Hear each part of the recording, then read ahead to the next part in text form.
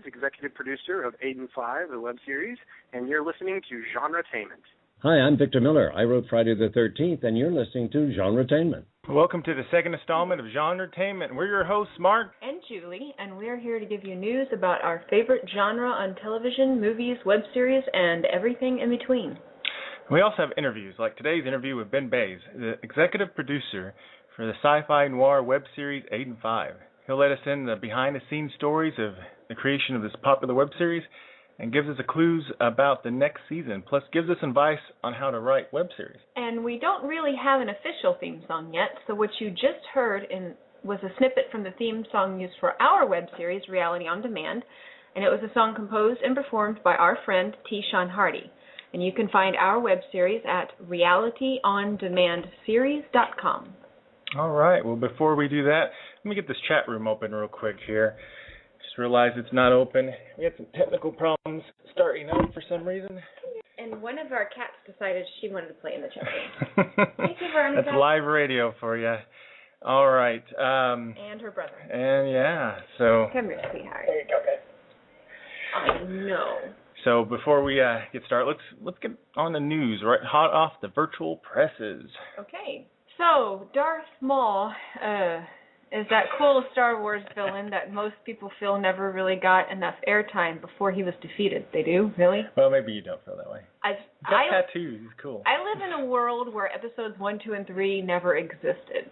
But if you are not like me, and you feel that way, then you may want to check out a new trailer that has hit the web showing the return of Darth Maul in the upcoming 5th season of Cartoon Network's Star Wars Clone Wars. How does he return? I'm not really sure, but with a title like that has the word clone in it, I think we can all guess. And I'm guessing I probably have a couple of young nephews who will be the ones in the family excited about this one. Joss Whedon's Avengers has enjoyed great success at the box office, crossing over that $1 billion mark with record-breaking speed. But that buzz has kind of started to fade as it keeps dropping in the ratings.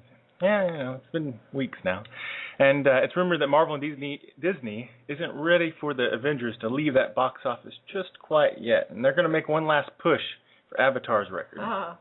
So according to superheroauthority.com, they say the plan is to release The Avengers, the director's cut, in theaters near the end of the summer. Now, Joss Whedon had previously mentioned that he'd be including a director's cut for the home video release, complete with maybe 30 minutes or so more material that got cut for the theaters.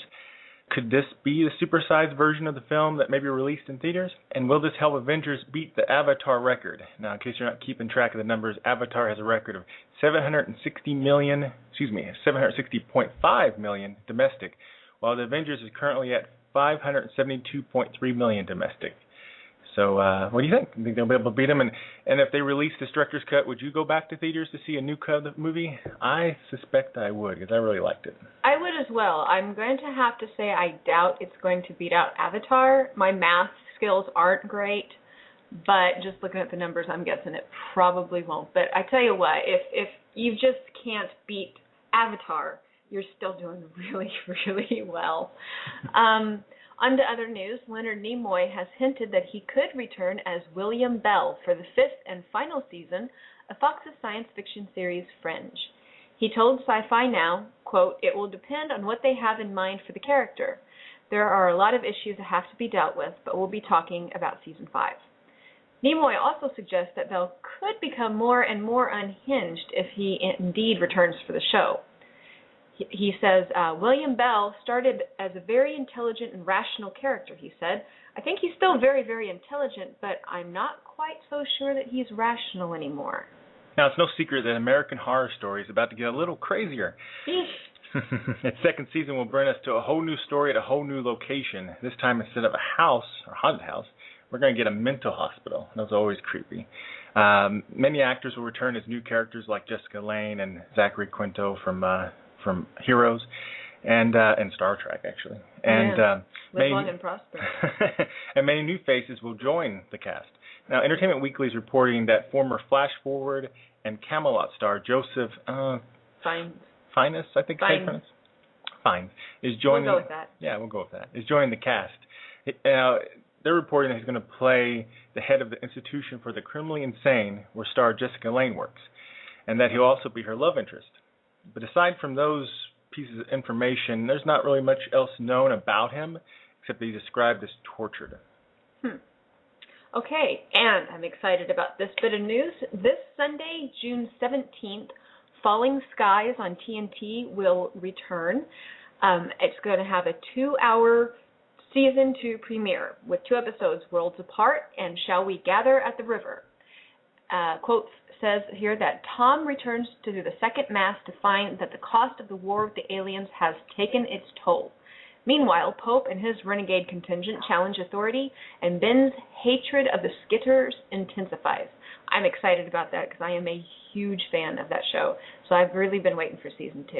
Yeah, I'm a big fan too. I can't wait to see what they do. I can't believe there's a show like that on TV that they're allowing to continue. That's so cool. Now, this one's interesting.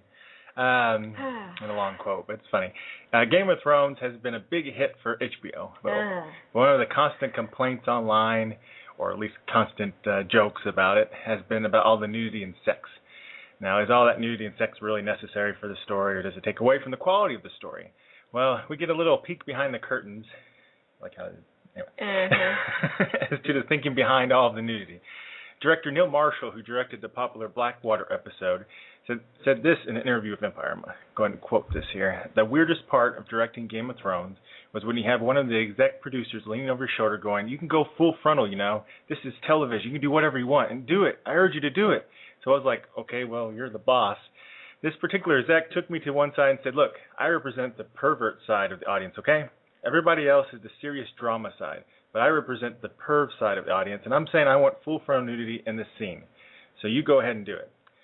So I just think that's kind of funny, you know. It reminds me, I think it was Saturday Night Live. They had a sketch where they were joking around about how there was like George R.R. Martin creating, and then there was some like teenager producer guy who's always like, "I like it, but more nudity." And brought stuff. to you by J.R.R. Martin and this 13-year-old boy. Yeah. But I just think it's really funny. So there you go. There's some thinking behind the scenes, you know, what's going on with all those sex scenes. And so what do you think? The nudity, sex, distraction, necessary, or, you know, guilty pleasure? You know, I'm definitely a fan of guilty pleasures. I don't like the show, and it has nothing to do with the nudity. Frankly, I mean, it's regardless of who it is being nude on screen, they either don't have anything I don't have or I haven't seen, so it's not really going to shock me. But yeah, I totally just am in the. I have no idea because I don't watch the show. So, moving on to other news. Oh, why did the first 2 Hulk movies do so poorly? I think pretty much everyone has at least one theory, if not multiple ones. But Stan Lee himself has a theory.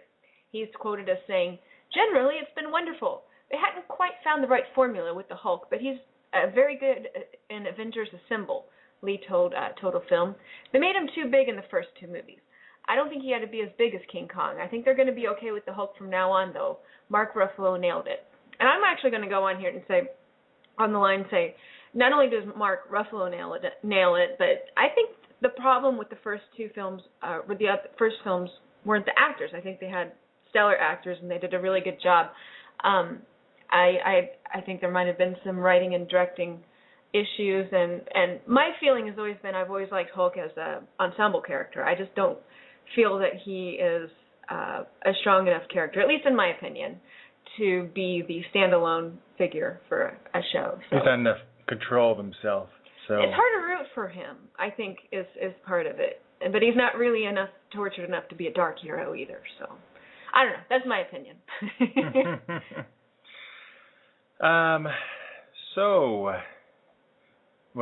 With the Hobbit movies coming up soon.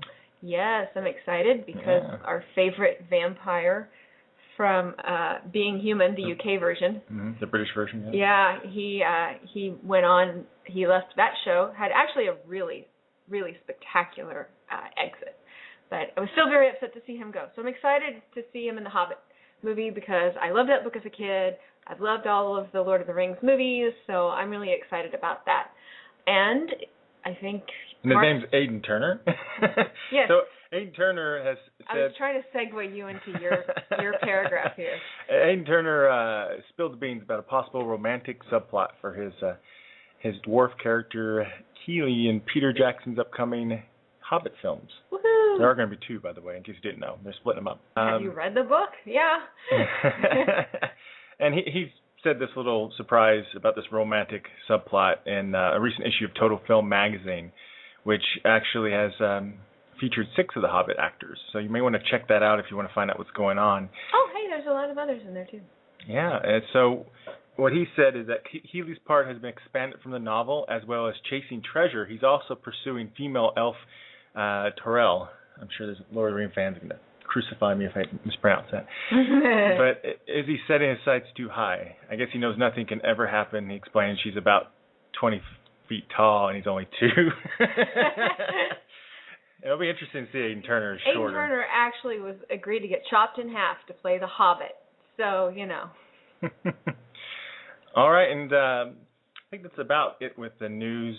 I think, there was really something kind of funny about Battleship. I don't know if you've seen it. I have not yet seen it.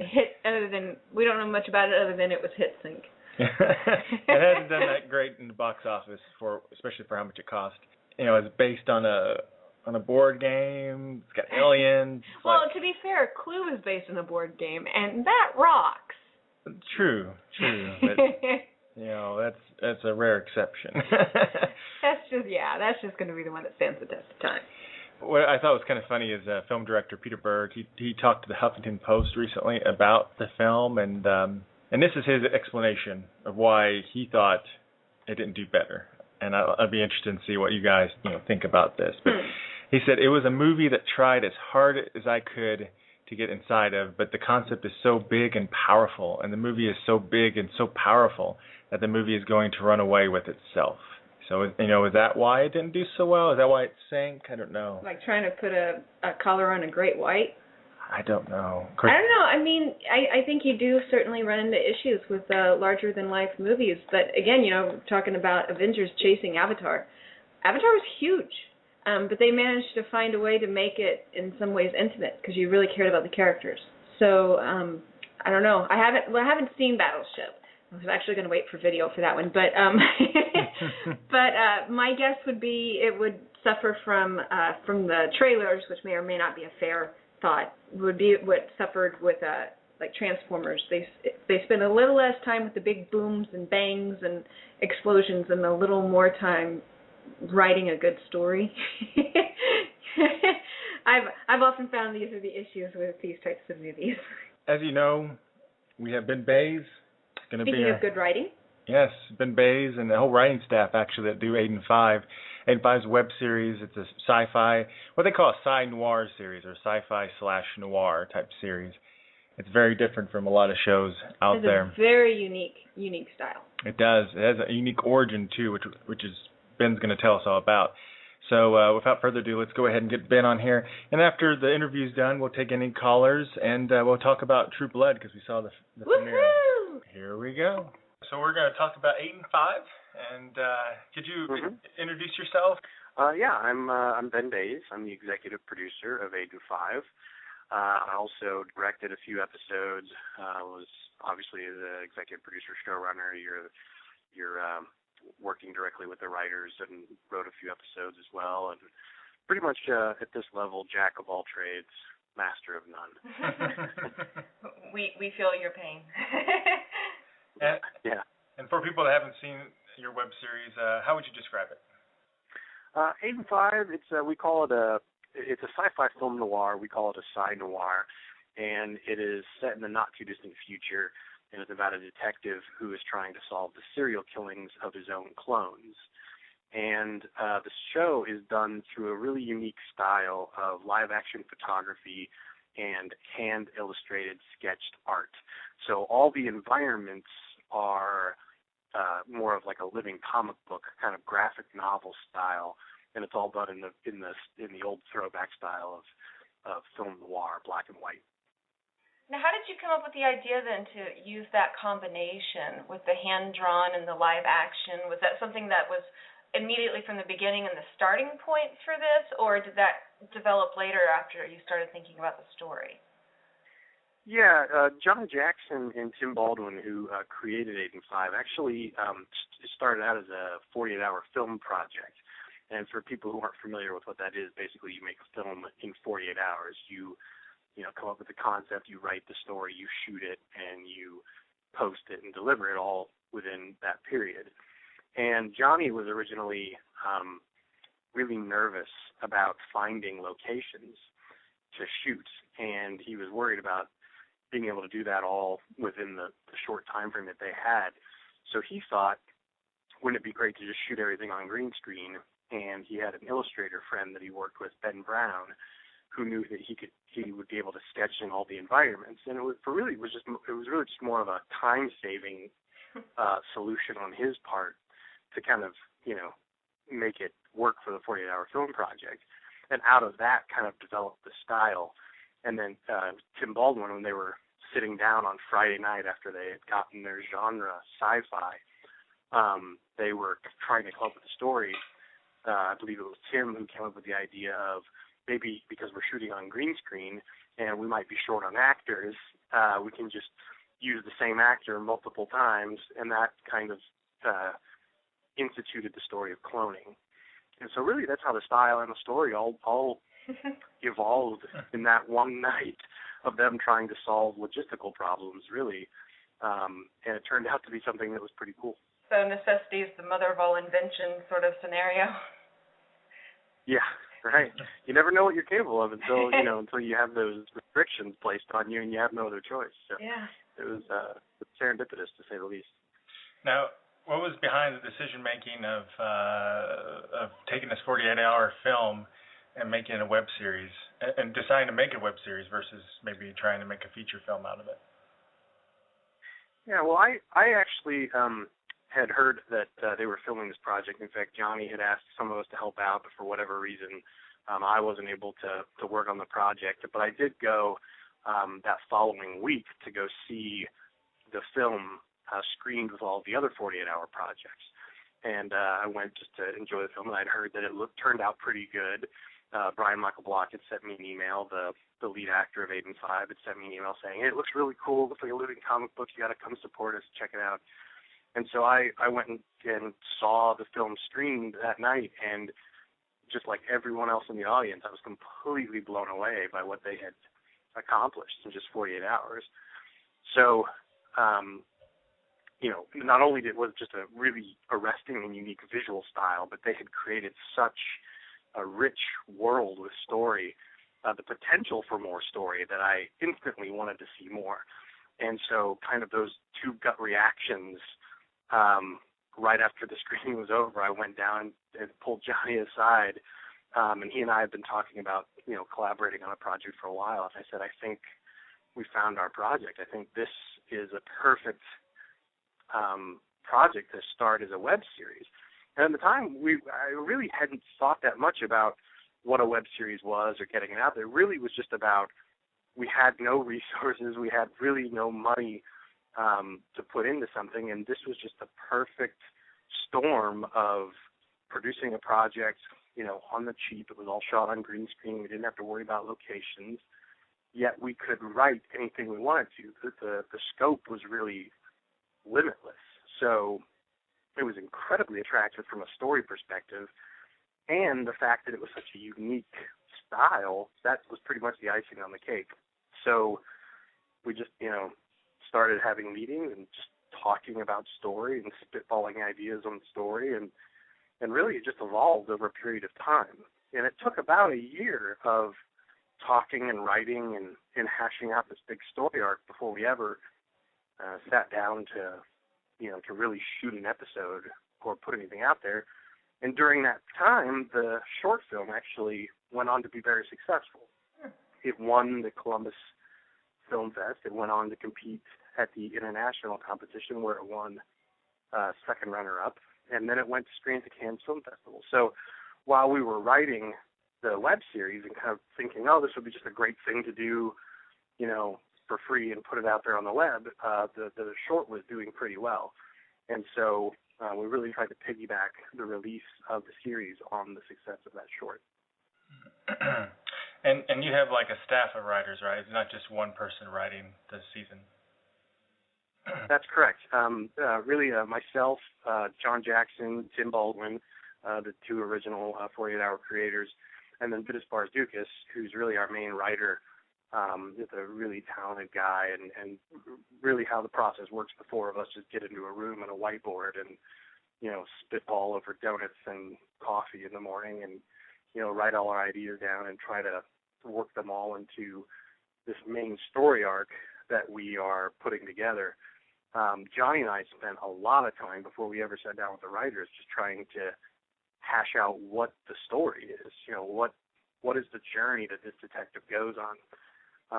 And then once we kind of had a structure or a framework for that larger story, we brought in the writing team to really just sort of, basically come up with everything else, put all the meat and the flesh on the bones, and come up with complex characters and complex storylines, detailed episodes. And we have a few other writers as well who have come on to handle an episode here, an episode there, and so on and so forth. Okay. And was that a new experience for you? Have you had any experience writing as a team, like television writing? Have you ever done that before?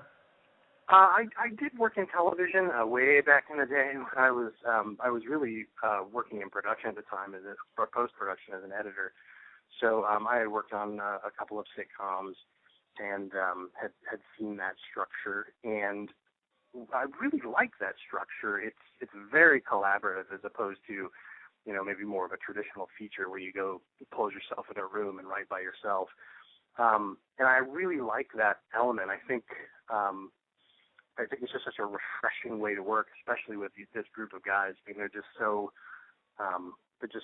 full of so many ideas, and when you're in the middle of that process, it's so thrilling. It's really like nothing else I've ever been involved in. Now, as far as for web series, I know you see all over the web, and you talk to people, and everyone seems to have a very different opinion about, since web series are still very much under development, about what's the formula for a single episode. Some people say, it has to be very short. You can't have it more than 5 minutes. And other people say, no, I want it to be more like a television, half-hour show or whatever. And so what do you think makes for a good length for the episodes and for the season? How did you come up with your format? And, what do you feel like you need to put in each episode then to sort of keep your audience? Yeah, that's an excellent question. And one of the things that we discovered when we were first starting out is there's really no set formula for that. There's really a standard formula for television, half hour, 1 hour. There's really a set formula for a 3-act structure for a feature film. All of those, are pretty well set in stone. But for the web series, we were kind of going with our guts and sort of making it up as we went along. The things that we followed were really, it came down to story and character. And if, you write the episode, if your story essentially dictates that you tell it within a certain period of time, then you tell it within that certain period of time. And you write that story as efficiently as possible. And for us, it was, especially in that first episode, it was about establishing the plot, establishing the characters, and really getting the audience to come alongside you right out of the gate.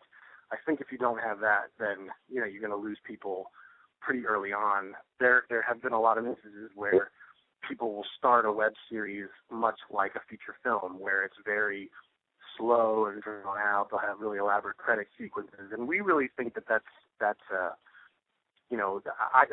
I think that's kind of a detriment to it.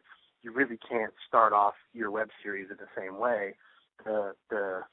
Everything that we've discovered is that audiences want to get right into your story right out of the gate. And so, fortunately with Aidan 5, we had a story that did that. And then it was really about every episode, how do we build character development, still progress the plot along, and at the same time, we were really adamant about ending every episode on a cliffhanger. And so we, to do all that anywhere between, 6 and 10 pages is a really, really difficult thing to do. And so we became very efficient writers as we were doing this. There really was no room, for it to bloat at all.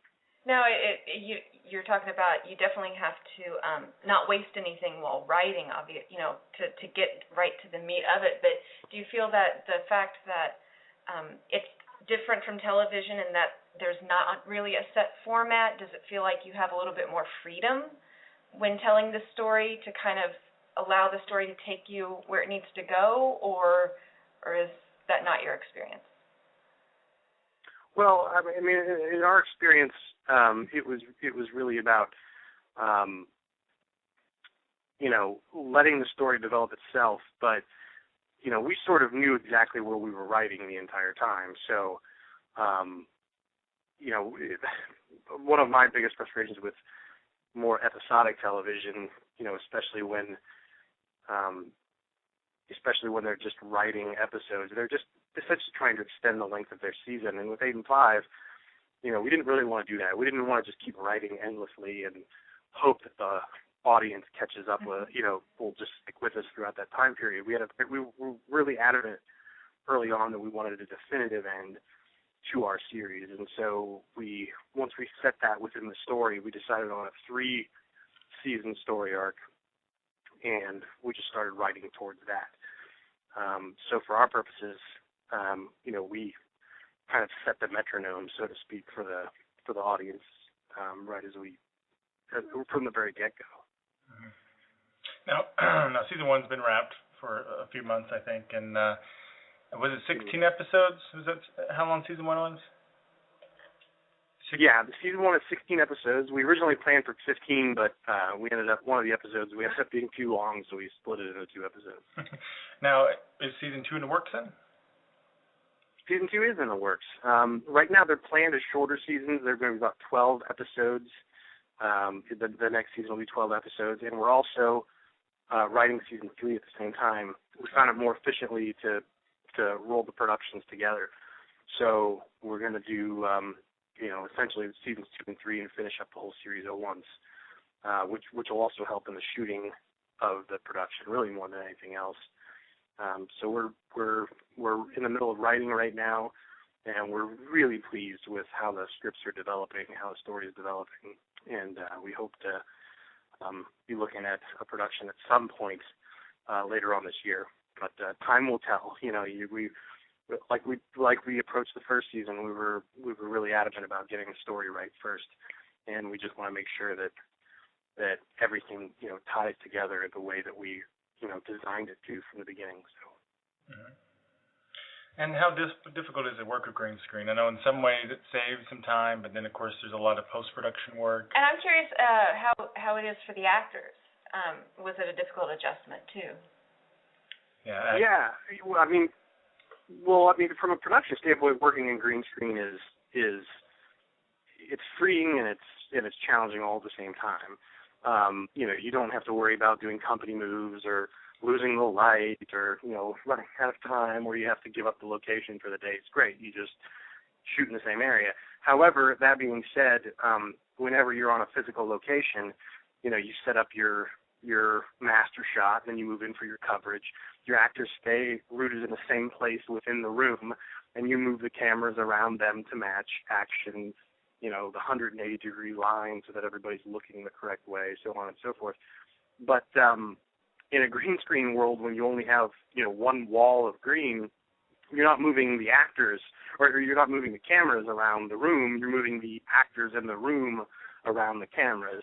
And it's just a really, it's a really disorienting practice, especially when you can't see the room. So you're sort of you get lost every once in a while, and every so often the set would devolve into this 15-minute conversation about, where everybody thought the 180-degree line should be, where the camera should be. So we had several of those moments, but overall it was a really rewarding process.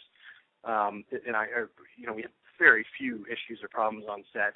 For the actors, they both have similar experiences from that perspective of just not having anything to really latch on to.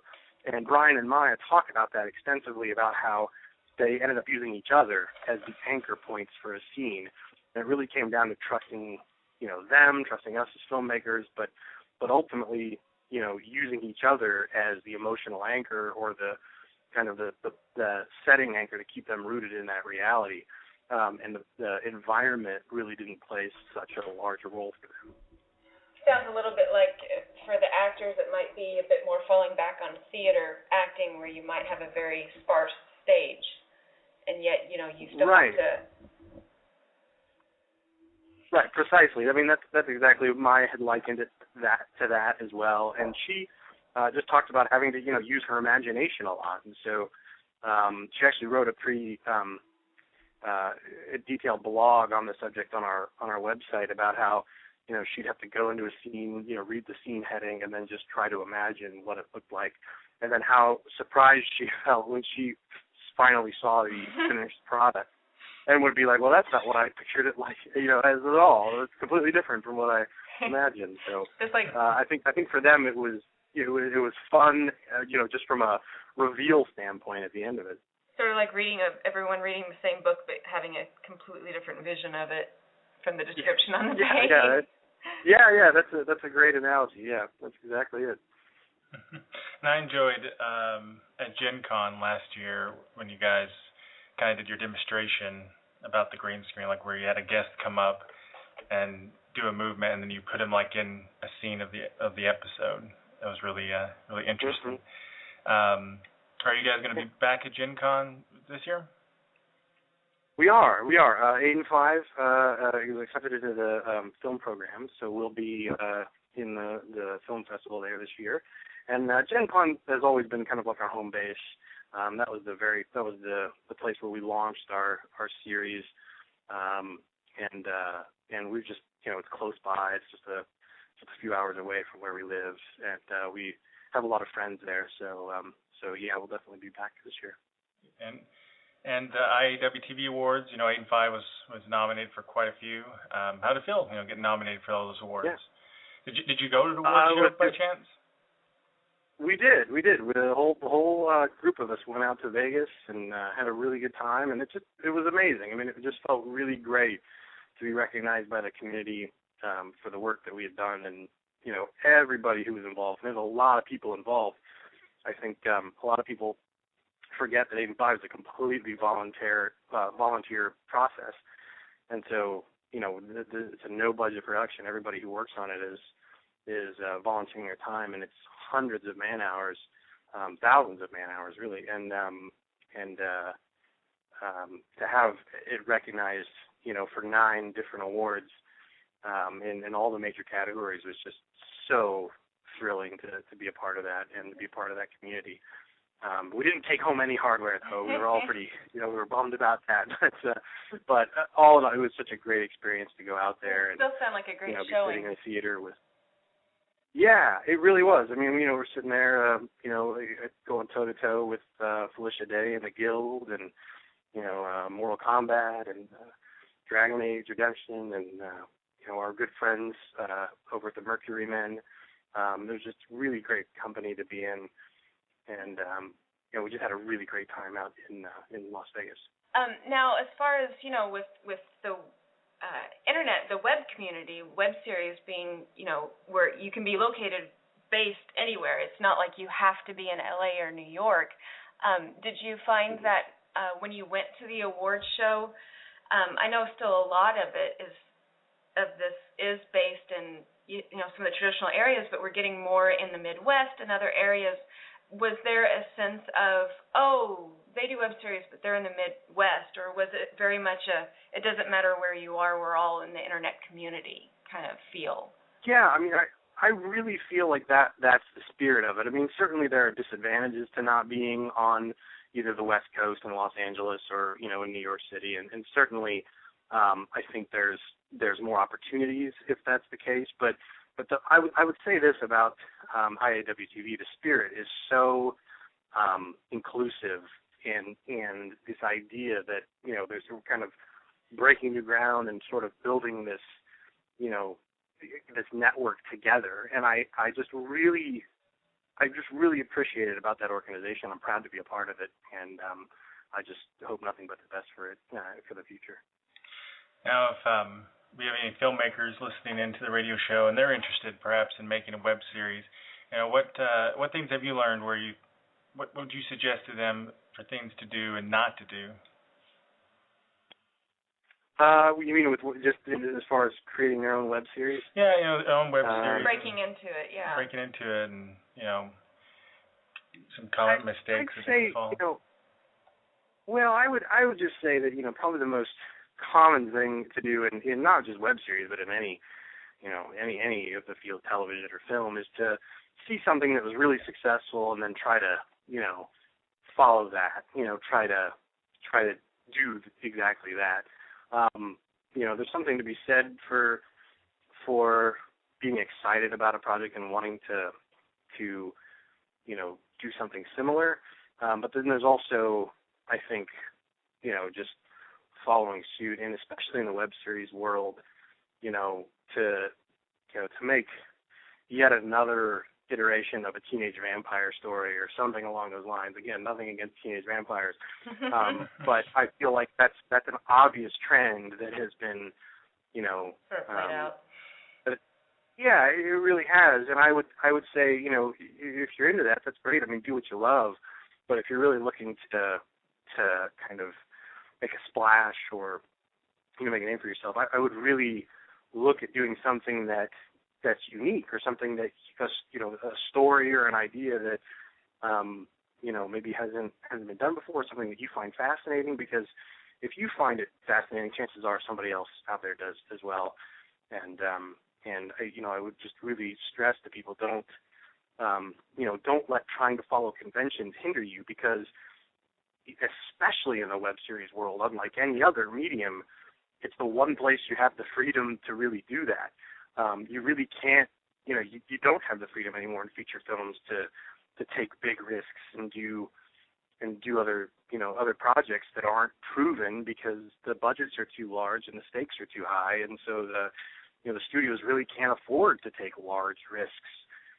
They need proven, well-established franchises to start piggybacking onto in order to justify those budgets. And I think with the web series world, the greatest thing, and this was the thing that really, kind of catapulted Aidan 5, was this notion that, hey, we don't have any money, so we really don't have any, as far as like the risk is involved, it's very, very low. So let's just make something that we want. Let's just make something that we think is really fun, and we'll have a fun time working on, and put it out there. And we think if we geek out about it as much as as we do, we think that other people might do that as well. So. Okay. Now, I've noticed Aidan 5 is practically everywhere, like Blip, all the different distributors. You've done a good job going out to all the different distributors. What ones have you liked the most? Like which ones have you had the most luck with audiences, do you feel, like with Codecast or Blip or any of them out there? Well, I would say, honestly, there's so many different factors, I guess, at play. Kind of the place that we were the most gratified being at is Blip TV. Those guys are just they're in it for the content producers. They have made such efforts and great strides to accommodate the filmmakers and really make a home for web series. And I just think they have the model down. They were like one of the first ones that said to everybody, here's your own space. You can put up advertising. It's a straight split. They made it very easy, and they're still bending over backwards for content creators. I just think they're fantastic. YouTube obviously is the staple, the first of web video. That's kind of that's pretty much a given to have your stuff on that. And as far as the others out there, there's just a lot of great portals and a lot of great distribution channels out there that we have been privileged to be a part of. And we're still out there looking for other ones. I think the one thing right now that that is obviously an issue for content creators and distributors alike is what is the deal that is entered into. There's a lot of people out there that are looking for your content, but then want to, they want to take it and they want to contractually not necessarily own the rights. They're all for non-exclusive deals, but there's a lot of things they want, and aren't, they're not paying for right now. And, from our perspective, it's really, I think that the lines are still really blurred out there on that content is worth something. It was created by people. It was created by, people giving up their time or their money or whatever the case may be. And if it's out there and it's, growing its own audience, that's worth something. And right now we're more than happy to put it up there for people to view for free. But if a distributor wants to come in and start, kind of siphoning off areas and planting flags, of kind of drawing borders around that property, then, in our opinion, that kind of dilutes the process. And I'm of the opinion it's either going to be free for everyone to experience, on our terms, or, you follow a traditional broadcast model where you license the project, you pay for that, the right to distribute that product, whether it's exclusively or whether it's digitally or, whether it's for a certain period of time. But I think things are still, shaking out in that regard. I think the distributors have discovered there's a lot of people out there with content that just want to get discovered, and I think in a lot of ways there's content providers that are being taken advantage of in some cases. I'm not saying all cases, because there are certainly a lot of great distributors out there, and we're again privileged to be hooked up with a lot of them. But I think there are others. I'm probably going on way too long about this, okay. I think it's something that's still shaking out right now, because it is, it's still kind of the Wild West. Yeah, it really is. New frontier. So that's actually what we've been calling it. It's the Wild West of the entertainment. Do you have any funny stories you'd like to share that from set or from the writing room, perhaps? That's a great question. Or from the award show. Or the award show. Anything, right? No, we don't talk about Vegas. What happens in Vegas stays in Vegas. That's my mistake. Sorry. Yeah, that's right. That's right. Man, I really can't. I really can't think of. We have a funny little blooper reel on our DVD. If I can plug my my DVD right there. But there's as far as funny things that happen on set, there was that. Really, other than that, I don't know if we have any, it's been so long now. I'm honestly having a hard time trying to come up with anything. One of the things that we found that was interesting, that I still find very interesting, is that, Brian Michael Block, because he plays a clone detective, has many scenes with his clones. And so, watching Brian try to perform, when there's nobody there, and, watching all the actors sort of, walk in and out of, or do stunts or throw themselves downstairs or whatever is, it's such a huge effort, especially when the person you're talking to, you won't film for another month, and so these scenes, watching Brian, he just does such an amazing job. He'll be, you watch these scenes put together, and it looks like he's really talking to himself on screen. And I, again, my hat's off to Brian and Maya for being able to pull that off. But, kind of as an objective viewer watching it take place on the monitor, it was, humorous to us as filmmakers watching that happen. Is there any, now that you guys are working on season 2 and 3, is there any hints you can give us about it, perhaps, or perhaps some new characters you want to kind of mention? Time to tease the audience. I can't give too much because we're top secret here at 85. But I can say that obviously, Aidan, without trying to give away too many spoilers from the first season, but Aidan is dealing with his, newfound situation, trying to come to terms with that. And we now have Riley and Matthew. There's a whole dynamic there that's going to be played out. Hughes is going to consolidate his power even more, and we still have Senator Kendrick and his whole political situation that's going on as well. So all of our characters are still very much in play, and really season 2 is going to be about Aidan discovering who and why, the who and the why that is behind his newfound situation, if you will. So if I can be as cryptic, as possible in that description, let me just say this: as I mentioned before, when we set out to write this series, we set out to write the whole story at once. So there were things that we set up in season 1 that we really don't get into until seasons 2 and 3. And so when people get into season 2, there's a few key episodes in the second season that will, I hope I'm not being too presumptuous, but will really kind of spin the whole series on its ear, where you look back at the entire first season in a whole new light. And that really has kind of been our excitement in writing this story. We've been kind of giddy with just wanting to get to the next season so that we can, do that, and been trying to keep the big secrets under wraps. So basically, fans can look forward to some payoffs from season 1 coming up, and should be on the edge of their seats waiting for some of that, huh? Yeah. Now, where can people find Aidan 5? You can find it at aidan5.com, oddly enough, and that's AIDAN and the number 5.com. We're on, YouTube, Blip TV, and you can find us on Facebook and Twitter and all the usual suspects. Okay, great.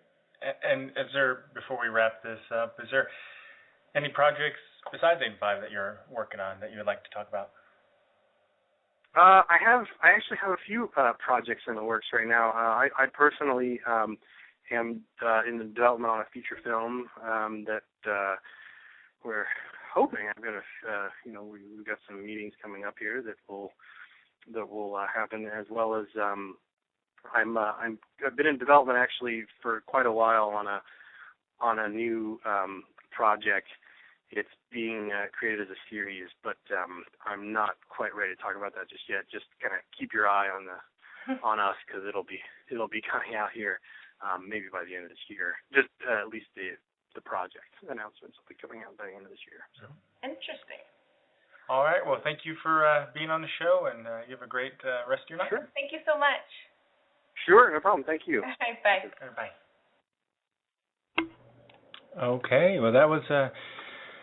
Thanks to Ben Bays for chatting with us, updating us on Aidan 5, and it's one of my favorite web series shows, and I'm looking forward to season 2 and 3. And thank you to all of our listeners, too. We're going to chat for just a few more minutes before the show ends. So if you have anything you want to share or ask, please feel free to call in now. Our number here is 914-338-0314. And in the meantime, until we get someone calling in... Nope, we have someone calling in. Let's see. Hello, someone? Calling. Hello? Hello, can you hear me? Hi. Yes, hi. Hi, this is Ben. Ben, how are you? I'm calling in to say hello. Hi, thank you for doing that. Good to hear from you. Yeah, I didn't know if you guys wanted to call in, or I was able to break away and Heck yeah. chat with you for a few minutes. Thank you. Yeah, great. Well, is there anything else you'd like to add? I don't know if you heard the interview. Oh, we have someone else calling in. Let's get them on here real quick. They might have a question for you, Ben. Oh, and they just get kicked off. Well, no callback. Or not. Yeah, Blog Talk Radio's been acting a little weird today. We had a rough start at first. It wouldn't let us get in the system. We're just happy we got on. So. Well, would you like to add anything to the interview? Any other news going on, or? Nothing new. I'm actually right now. I'm driving across Florida right now to Cape Canaveral, where I'm producing a documentary on the life of John Glenn. So we're going to get to go film a bunch of really cool old launch pads and interview some folks down there, which would be kind of cool. Well, that sounds exciting. That sounds so fun. Do you do a lot of documentary making? You know, in addition to obviously Aidan 5? Yeah, I do. That's my day job. I produce content for the Big Ten Network, so I just recently produced a documentary on Jesse Owens, and now we're moving on to do one John Glenn that should be coming out early this fall. So that'd be exciting. You have to keep us updated. Yeah, check it out. It is exciting. Let's see. I think someone's calling in now. Hold on just a moment. Okay. We're not sure who it is. Might be someone with a question for you. Hello, caller. Hello, it's Ian. Hey, Ian. How you doing? I'm pretty good. I see you got a caller anyway. Yeah. Ian, meet Ben. Ben, Ian, Ben. Hi. Hey, Ben. How you doing? I'm good. Nice to meet you. I'm sorry, I didn't realise someone had actually called in as well as me, because basically I have to mute my sound before I call in. Well, it's Ben Bays, the person we've been interviewing. Do you have any questions for Ben, Ian? Well, not really. I need to watch the first season, to be honest. I haven't seen it yet. I've not got around to it yet because there's so much going on TV-wise and with the website and stuff like that. I run Sci-Fi Post, by the way, Ben.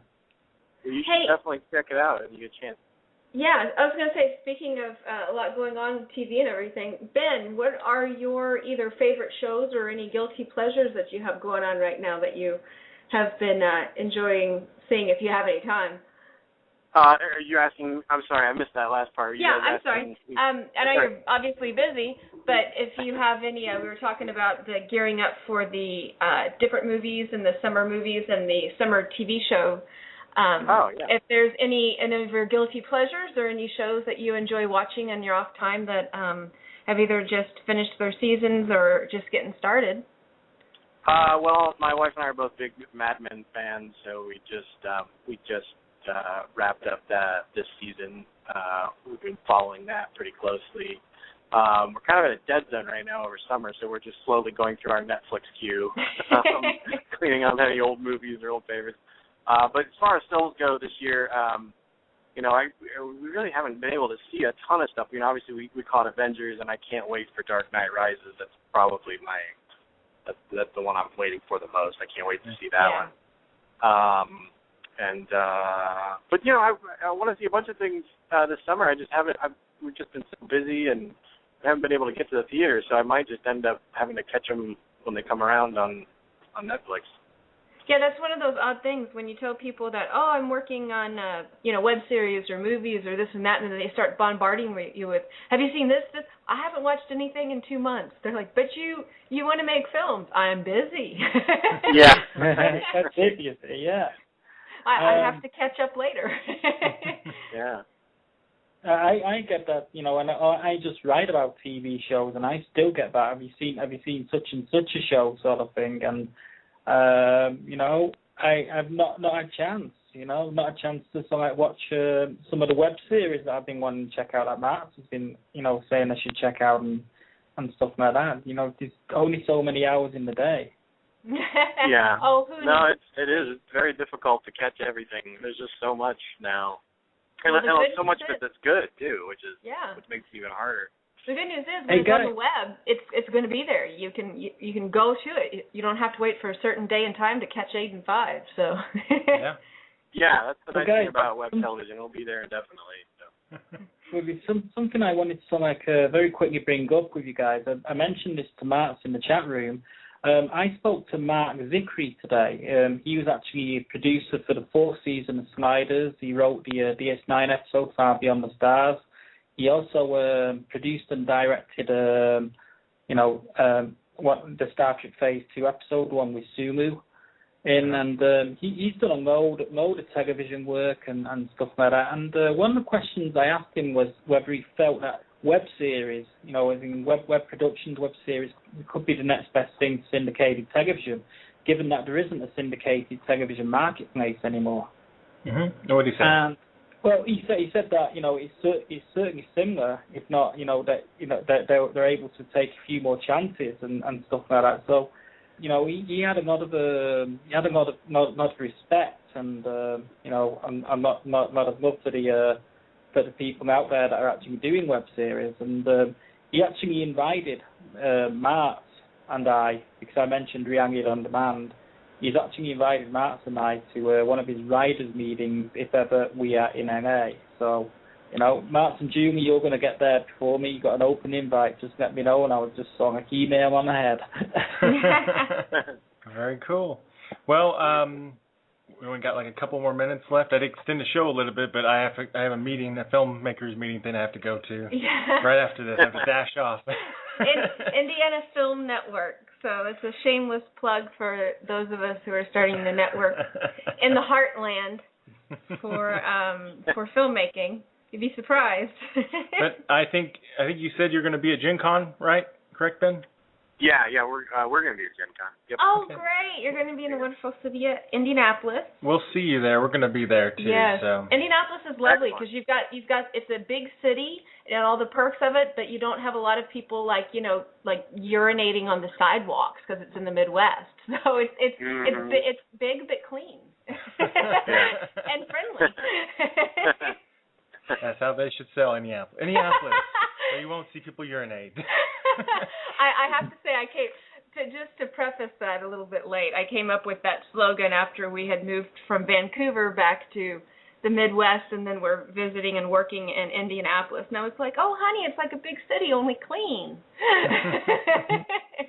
Well, Indianapolis, the place where you can hit and run, do some speedway, and. Well, we got to wrap this up. Can you tell them again where they can find Aidan 5? Yep, you can find us on YouTube and Blitz TV, but mostly check us out at aidan5.com. All right, well, thank you for joining us, Ben. That's great. Thank you, Ben, for calling in and for your interview. We really appreciate it. Sure, no problem. Thank you, guys. Thank you. Take care. You too. Cool. And thanks, Ian. And thank you for calling, Ian. Thanks, Ian. Bye. Bye-bye. All right, well, that's our second episode of Genretainment. And before we go, we just want to let you know about our web series, Reality on Demand, which you can find at realityondemandseries.com. And remember, you also check out web series and internet news that I do at my column at Internet and Beyond, which Julie kindly edits. You can find it at sci-fi-pulse.net.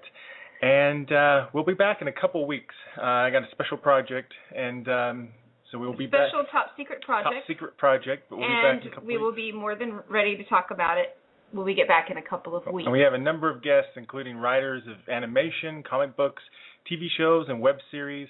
They're all lined up and ready to go as soon as we get back. So once we get back in 2 weeks, we'll hit the ground running, and your heads will be spinning with all the fun interviews and information that we'll have coming your way.